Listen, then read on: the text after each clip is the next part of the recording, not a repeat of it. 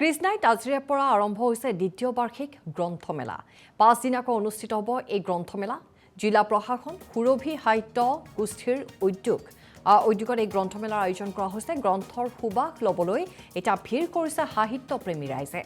ভৰি পৰিছে বিভিন্ন জিলাৰ কেইবাখনো গ্ৰন্থ বিপণী আৰু গোৱালপাৰাৰ পৰিৱেশ দেখুৱাব আমাক সতীৰ্থ নীলমণি শৰ্মাই।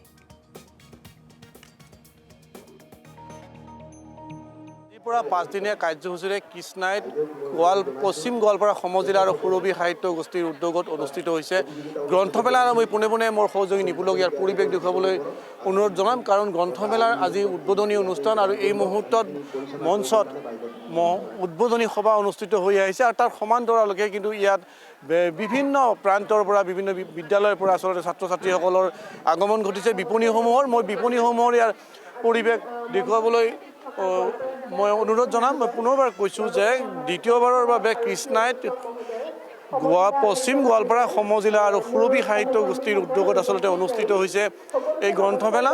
আৰু এই গ্ৰন্থমেলাৰ যি পৰিৱেশ আমি অসম লাইভৰ দৰ্শকসকলক দেখুৱাই গৈছোঁ। গ্ৰন্থমেলাৰ পৰিৱেশ এতিয়া অসম প্ৰকাশন পৰিষদকে ধৰি প্ৰভা পাব্লিকেশ্যনকে ধৰি কেইবাখন বিপণী ইয়াত আহি উপস্থিত হৈছে। আৰু আমি কথা পাতিবলৈ চেষ্টা কৰিম। মই পুনৰবাৰ জনাইছোঁ যে দ্বিতীয়বাৰৰ বাবে ছাত্ৰ ছাত্ৰীসকলেও এনেদৰে আহিছে, গ্ৰন্থ বিপণীত ভিৰ কৰাৰ পৰিলক্ষিত হৈছে।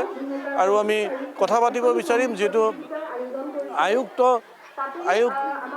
সমজিলা পশ্চিম গোৱালপাৰা সমজিলা আৰু সুৰভি সাহিত্য গোষ্ঠীৰ উদ্যোগত অনুষ্ঠিত হৈছিল এই গ্ৰন্থমেলা। আৰু এই গ্ৰন্থমেলাৰ আজি প্ৰথম দিন, আৰু প্ৰথম দিনটোত আচলতে যথেষ্ট উৎসাহজনক পৰিৱেশ ইয়াত দেখা গৈছে। কি ক'ব? সঁচাকৈ এইটো এটা অকল্পনীয়, কাৰণ কিয় সুৰভি সাহিত্য গোষ্ঠীৰ বয়সেই হৈছে ২.৫ বছৰ। তাত আমি তাৰ মাজতে যোৱাবেলি আমি প্ৰথমবাৰ গ্ৰন্থমেলা অনুষ্ঠিত কৰিছিলোঁ। এইবেলি দ্বিতীয় সংখ্যক গ্ৰন্থমেলা। এই দ্বিতীয় সংখ্যক গ্ৰন্থমেলা অভূতপূৰ্ব এটা আমি সফলতা পাইছোঁ। ৰাতিপুৱাৰ পৰাই ছাত্ৰ ছাত্ৰী যি মানে বিপণীত ভিৰ কৰিছে, আজিৰ অনুষ্ঠানত ভিৰ কৰিছে, এইটোৱে এটা যোগাত্মক দিশ যে ক'ৰবাত ইংগিত বহন কৰিছে। হয়, আমি এই গ্ৰন্থমেলাৰ বিপণীৰ পৰিৱেশ দেখুৱাম। মই কথা পাতিম, যিহেতু পুনৰবাৰ কৈছোঁ যে কেনেকুৱা ধৰণৰ মানে বিক্ৰী? ভালেই লাগিছে। আজি ধৰক আৰম্ভণিতো লাহে লাহে হ'ব। ল'ৰা ছোৱালীখিনি জড়িত হৈছে, ছাত্ৰ ছাত্ৰীসকল আহিছে, আৰু যোৱাবাৰতকৈ এইবাৰ আমি দুগুণ উৎসাহত আহিছোঁ। ভালেই লাগিছে। হয়, বিগত যোৱা বছৰ আচলতে সুৰভি সাহিত্য গোষ্ঠীৰ যি অনুষ্ঠান হৈছিলে গ্ৰন্থমেলা, আৰু তাৰ পিছত আচলতে আমি দেখুৱাইছোঁ ইয়াৰ পৰিৱেশ দ্বিতীয়বাৰত যথেষ্ট উৎসাহিত হৈছে। আমি কথা পাতিবলৈ চেষ্টা কৰিম, কাৰণ মই পুনৰবাৰ কৈছোঁ যে গোৱালপাৰা জিলা সমজিলা প্ৰশাসনৰ লগত আচলতে পশ্চিম গোৱালপাৰা সমজিলা প্ৰশাসনৰ লগত সুৰভি সাহিত্য গোষ্ঠীৰ যি অনুষ্ঠান, মই কথা পাতিম। কি ক'ব গ্ৰন্থমেলাৰ বাকৰিত আহি? হয়, সঁচাকৈ আজি ইয়াতে কৃষ্ণাই যি গোৱালপাৰা কৃষ্ণাই যি গ্ৰন্থমেলা হৈছে তাত আহি আচলতে ভালে লাগিছে। যিহেতু গ্ৰন্থমেলা অতি দৰকাৰ গ্ৰন্থমেলা, যিহেতু নতুন প্ৰজন্মৰ ছাত্ৰ ছাত্ৰী হওক বা যিকোনো বয়সৰ মানুহৰ বাবে গ্ৰন্থৰ প্ৰতি আগ্ৰহ থকাটো খুবেই ভাল কথা। আৰু আমি দেখিছোঁ আজি ইয়াতে কৃষ্ণাই যি এই পশুপালন চিকিৎসা কেন্দ্ৰৰ যি চৌহদত যি গ্ৰন্থমেলা হৈছে, তাত যথেষ্ট সংখ্যক স্কুলীয়া ছাত্ৰ ছাত্ৰীকে ধৰি বিভিন্ন বয়সৰ লোকসকলক এই গ্ৰন্থৰ সুবাস ল'বলৈ অহা দেখিবলৈ পোৱা গৈছে।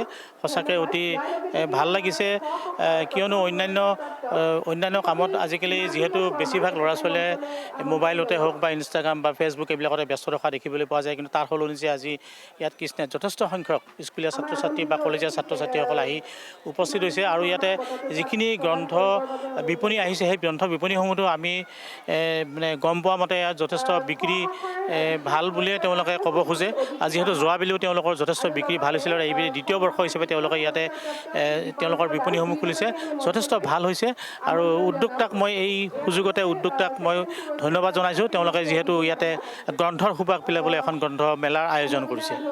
গ্ৰন্থৰ সুবাস বুটলিবলৈ গ্ৰন্থমেলাৰ বাকৰিত এনেদৰে ভিৰ কৰা পৰিলক্ষিত হৈছে। মই পুনৰবাৰ কৈছোঁ, দ্বিতীয়বাৰৰ কাৰণে অনুষ্ঠিত হোৱা এই গ্ৰন্থমেলাৰ বাকৰিত এইবেলি 6খনকৈ গ্ৰন্থ উন্মোচন কৰা হ'ব, আৰু প্ৰথম দিনতে 2খন গ্ৰন্থ উন্মোচন কৰা হ'ব। আৰু আমি ইয়াৰ সামগ্ৰিক পৰিৱেশ দেখুৱাম। এতিয়া এই গ্ৰন্থমেলাত আচলতে বিভিন্ন প্ৰতিযোগিতাৰ আয়োজন কৰাইছে। মোৰ সহযোগী নিপুলে অলপ আগলৈকে গৈ ইয়াৰ পৰিৱেশ দেখুৱাবলৈ মই অনুৰোধ জনাম, কাৰণ আজি যিটো দ্বাৰ মুকলি হ'ল আৰু দ্বাৰ মুকলি হোৱাৰ পিছতে আচলতে গ্ৰন্থমেলাৰ বাকৰিত আচলতে উদুলি মুদুলি পৰিৱেশ দেখা গৈছে আৰু এনেদৰে আজি প্ৰথম দিনটোত কৃষ্ণাই গ্ৰন্থমেলা 2025ত এক উদুলি মুদুলি পৰিৱেশ দেখা গৈছে। মই কথা পাতিবলৈ চেষ্টা কৰিম, যিহেতু আজি গ্ৰন্থমেলাৰ এই প্ৰথম দিনটোত আমি দেখিছোঁ যথেষ্ট সংখ্যক ভিৰ হোৱা পৰিলক্ষিত হৈছে। কি ক'ব, কেনেকুৱা লাগিছে? ভাল লাগিছে, বহুত ভাল লাগিছে। আমাৰ ইয়াতে গ্ৰন্থমেলা হৈ আছে, সকলোৱে কিতাপ কিনক, পঢ়ক। কাৰণ আমি কিছুমান কথা অকল মানে ফেচবুকৰ আধা পেজত বা ইনষ্টাত দেখোঁ, কিন্তু কিতাপ পঢ়িলে তাতকৈ আমি বেছি জানিব শিকিব পাৰোঁ। সেইটোৱে মোৰ, সকলোৱে কিতাপ পঢ়িব লাগে। এনেদৰে উখল মাখল পৰিৱেশ বিৰাজ কৰিছে গ্ৰন্থমেলাৰ বাকৰিত। আমি অসম লাইভৰ দৰ্শকসকলক প্ৰতিদিনে দেখুৱাই যাম। ধন্যবাদ জনাইছোঁ নীলমণি শৰ্মা। এয়া গোৱালপাৰাৰ কৃষ্ণাই পৰিৱেশ আমি আপোনালোকক দেখুৱালোঁ। দ্বিতীয় বাৰ্ষিক গ্ৰন্থমেলাৰ আয়োজন কৰা হৈছে আৰু প্ৰথমটো দিনতে আচলতে অগণন লোকৰ সহায় তেওঁলোকে লাভ কৰিছে, বহু লোকৰ আগমন হৈছে সেই স্থানত। গতিকে পৰৱৰ্তী সময়তো এইদৰে ৰাইজৰ সহায় সহযোগিতা লাভ কৰিব বুলি আশাবাদী তেওঁলোক।